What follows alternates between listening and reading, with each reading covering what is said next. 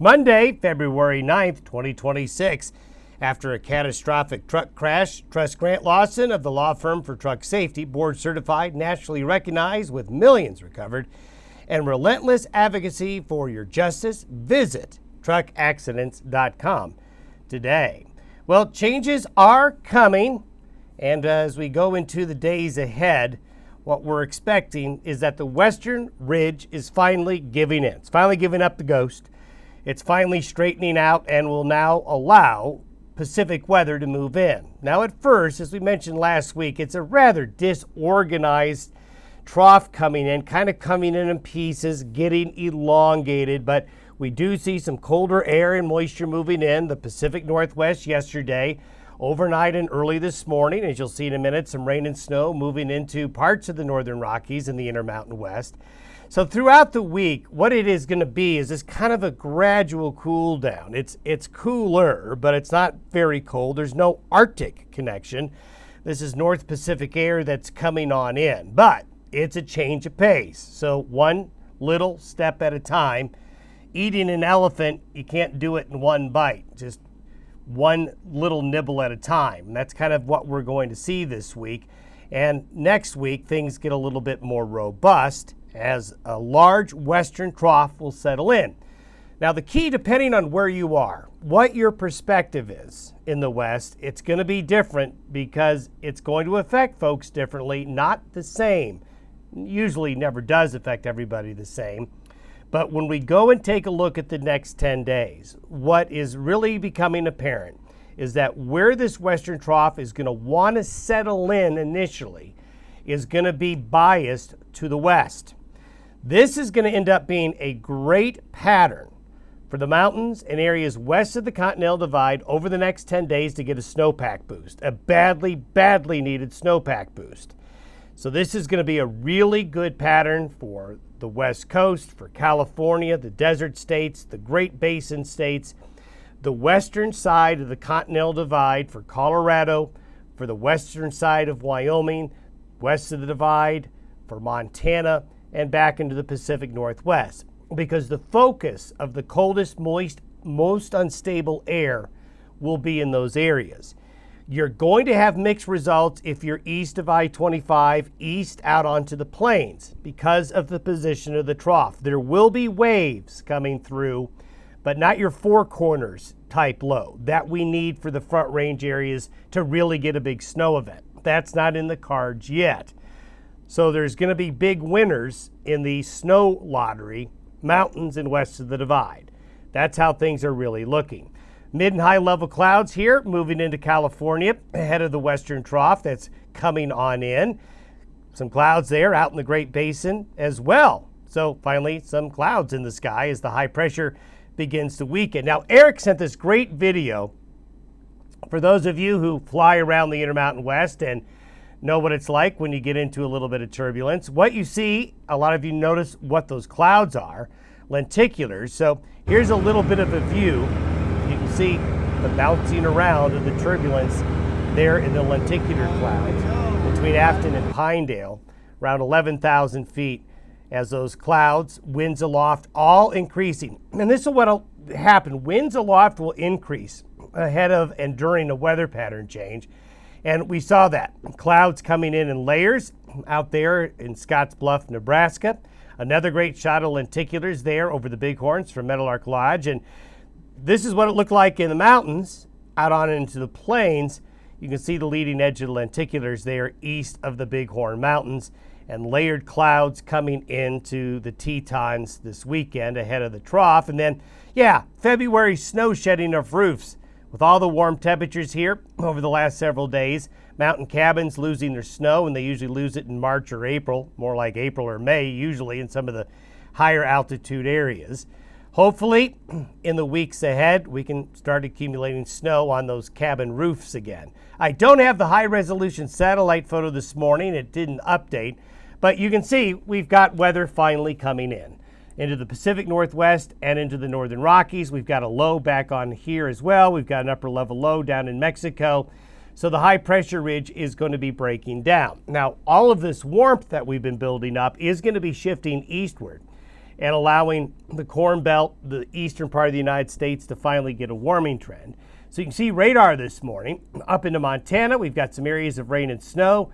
Snow moving into the Tetons, into eastern Idaho here. So there's at least, they had to take a dust rag and wipe off the radar in Pocatello and in Boise and across Washington and Oregon and Montana to make sure the radar still works. I guess it still works this morning, as you can see there. So we have the disorganized pattern coming in.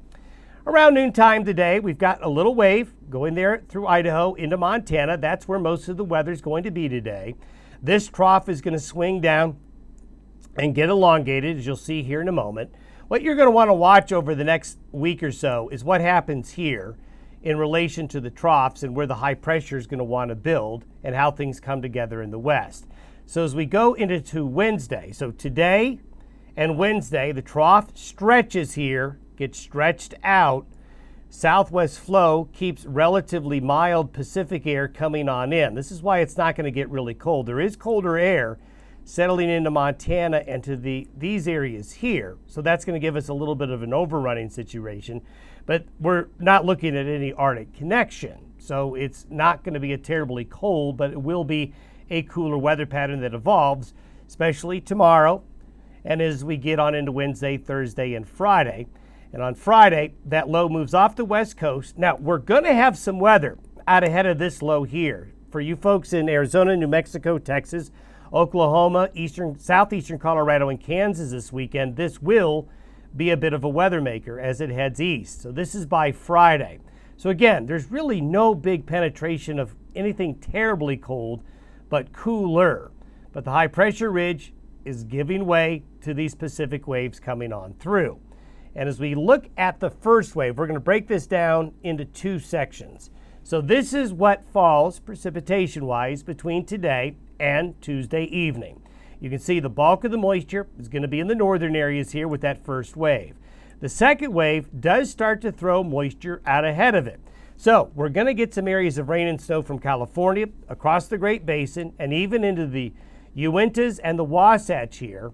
By late tomorrow, we're going to see some areas of rain and snow showers along the Wasatch Front, snow showers in the mountains, and then spreading east. So it's kind of coming in two pieces. This is piece one, and this is what the snowfall looks like in piece one. So finally, getting some snow back up into here into Montana and northwestern Wyoming and portions of Idaho. So wave number two looks like this, as that elongated trough stretches here off the west coast. Moist southwest flow comes into the region. So we're finally introducing some moisture back into the mountains of Colorado, the mountains of Utah finally, into the Sierras. Some good coastal rains coming into California here. And here's what I talked about. As that low comes out of the southwest United States, part of the southern Rockies and the southern plains, you've got a little bit of weather coming. Not a lot, but when you start from zero, that means something. So we're going to get a little bit of weather with this system. And you can see, out east of the Continental Divide, it's not going to really be able to muster very much. And this is what the snowfall looks like with wave number two. So if you put the two waves together, not bad. It's the start. It's better than the blank white maps that we've been showing you here over the last couple of weeks.